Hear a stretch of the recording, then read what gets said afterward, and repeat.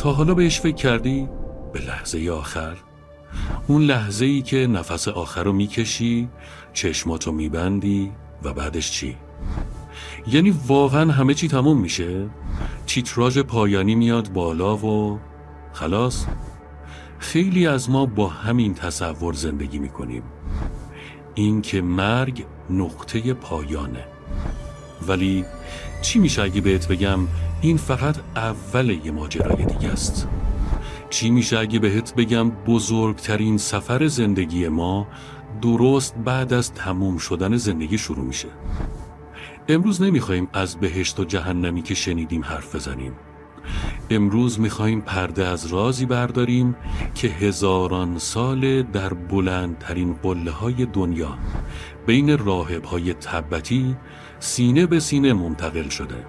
یک جور نقشه راه، یک راهنمایی دبیر برای روح که قدم به قدم توضیح میده بعد از اینکه جسممون از کار افتاد چه اتفاقی برای ما یعنی آگاهی و هوشیاریمون میفته. پس تا آخر این ویدیو با من همراه باش.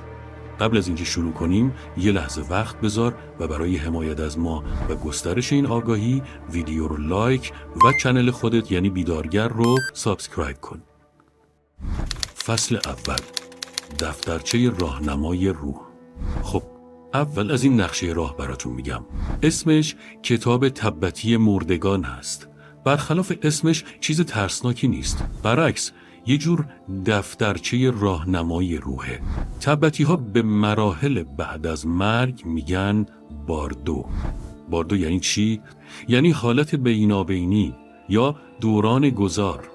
فکرشو بکن، وقتی از یه خونه اسباب کشی میکنی به یه خونه جدید، یه مدتی بین این دوتا خونه سرگردونی، درسته؟ وسایل توی کارتونه، نه توی خونه قبلی هستی، نه هنوز کامل توی خونه جدید مستقر شدی. به این حالت میگن دوران گذار. تبتی ها میگن روح ما هم بعد از مرگ وارد همچین دوره های گذاری میشه. این کتاب ادعای عجیبی میکنه. میگه آگاهی ما، یعنی همین من که الان داره فکر میکنه و صدای منو میشنوه، با مرگ مغز خاموش نمیشه، فقط از یه حالت وارد حالت دیگه ای میشه، مثل آبی که از حالت مایع به بخار تبدیل میشه. ماهیتش همونه، فقط شکلش عوض شده. این کتاب حاصل خیال پردازی نیست. راهب‌ها و استادای بزرگ با سالها مدیتیشن عمیق این مراحل رو خودشون دیدن و مثل یک نقشه بردار دقیق تمام جزئیاتش رو ثبت کردن. حالا ما میخوایم با هم دل به دریا بزنیم و این نقشه رو باز کنیم. آماده ای؟ فصل دوم، خود سفر. 3 مرحله اصلی. سفر ما به محض آخرین بازدم شروع میشه و 3 مرحله اصلی داره. 1. لحظه حقیقت، یک نور کور کننده.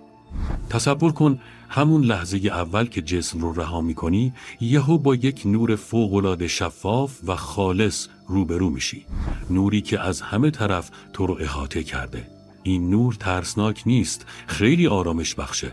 این نور خود ذات آگاهی توه، خود واقعی تو، بدون هیچ فکر، خاطره یا احساسی. انگار یه لحظه از خواب میپری و میفهمی کل زندگی یه رویا بوده و این نور خود بیداریه. اینجا یه دوراهی سرنوشت ساز وجود داره. اگه بتونی این نور رو به عنوان خود واقعیت بشناسی و نترسی و باهاش یکی بشی، بازی همونجا تمومه. تو به رهایی کامل میرسی و از چرخه تولد و مرگ برای همیشه آزاد میشی.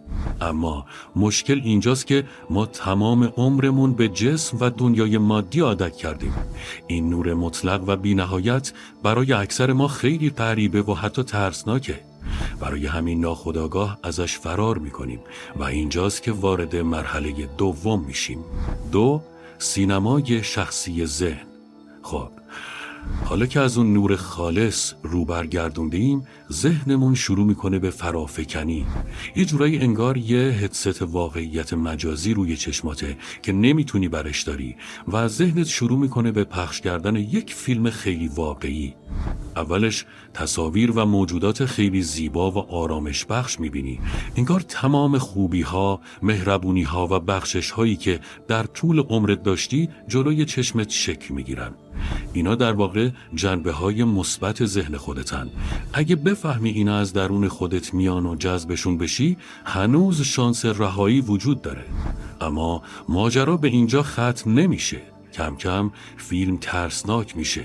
موجودات خشمگین و وحشتناک ظاهر میشن با صداهای بلند و ظاهری ترسناک. اینا چی هستن؟ اینا هم فرافکنی های ذهن خودتن. تمام ترس های سرکوب شدت، خشم هایی که قورت دادی، حسادت ها، کینه ها و نقاط تاریک وجودت حالا به این شکل جلوی چشمت ظاهر میشن. نکته کلیدی این مرحله اینه: هیچ کدوم از اینا واقعی نیستن. نه اون فرشته های زیبا، نه این دیوهای ترسناک. همشون تویی. اگه اینجا بترسی و سعی کنی فرار کنی، بادهای کارمایی تو رو به سمت مرحله بعد هل میدن. 3. کشش به سوی زندگی جدید. اگه تو 2 مرحله قبل نتونسته باشی به رهایی برسی، حالا یه نیروی مغناطیسی قوی تو رو به سمت یه تولد جدید میکشه. انگار یه آهنربا داره روحت رو به سمت خودش جذب میکنه. اینجا دیگه انتخاب زیادی نداریم. مجموعه تمام کارها، فکرها و نیتهای زندگی قبلیت یه جور فرکانس انرژی برای تو ساخته.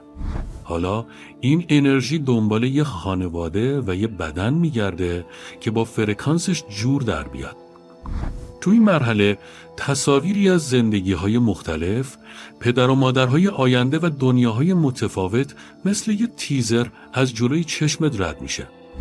واکنش تو به این تصاویر، اینکه از چی خوشت بیاد و از چی بدت بیاد، مسیر نهایی رو مشخص میکنه. و در نهایت تو به سمت یک رحم کشیده میشی تا یه زندگی جدید رو شروع کنی با تمام چالش ها و فرصت هاش. و این چرخه دوباره و دوباره تکرار میشه. فصل 3. کلید اصلی. این قصه چه ربطی به امروز ما داره؟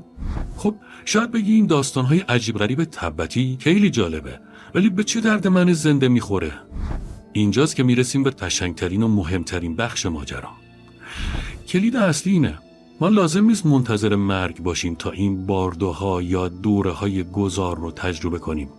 ما هر روز، هر لحظه در حال تجربه کردن باردوهای کوچیک هستیم. فاصله بین 2 تا فکرت یه باردوه. وقتی یه رابطه عاطفی تموم میشه و تو توی حالت سردرگمی و غم هستی، اونم یه باردوه. وقتی از کارت اخراج میشی و نمیدونی آینده چی میشه، اون هم یه باردوه. حتی وقتی یه خبر خیلی خوب میشنوی و برای چند لحظه توی شوک و هیجان هستی، اونم یه جور باردوه. تمام این لحظات گذار فرصت‌های کوچیکی برای تمرین هستن. تمرین برای چی؟ برای اینکه با ذهن خودمون آشنا بشیم. برای اینکه یاد بگیریم وسط آشفتگی اون نور آرامش بخش درونمون رو پیدا کنیم. برای اینکه بفهمیم خیلی از ترس‌ها و نگرانی‌هامون فقط فرافکنی‌های ذهن خودمون هستن، نه واقعیت. کتاب تبتی مردگان در واقع یه راهنما برای خوب زندگی کردنه، نه خوب مردن. داره به ما میگه آگاه باش، حواست به افکارت، به احساساتت، به انتخاباتت باشه. چون هر کاری که امروز میکنی داره بذر زندگی بعدی تو رو میکاره و مهمتر از اون داره کیفیت سفر نهایی تو رو مشخص میکنه. هر چقدر امروز با خودت و دنیای درونت آشناتر بشی، اون سفر بزرگ برات راحتتر و روشنتر خواهد بود.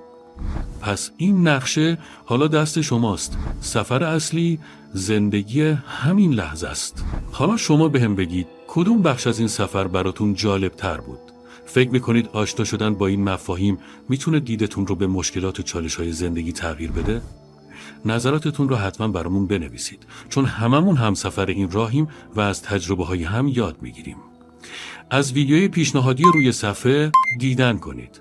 تا ویدیوی بعدی و یک کاوش دیگه در دنیای ناشناخته ها بیدار باشید.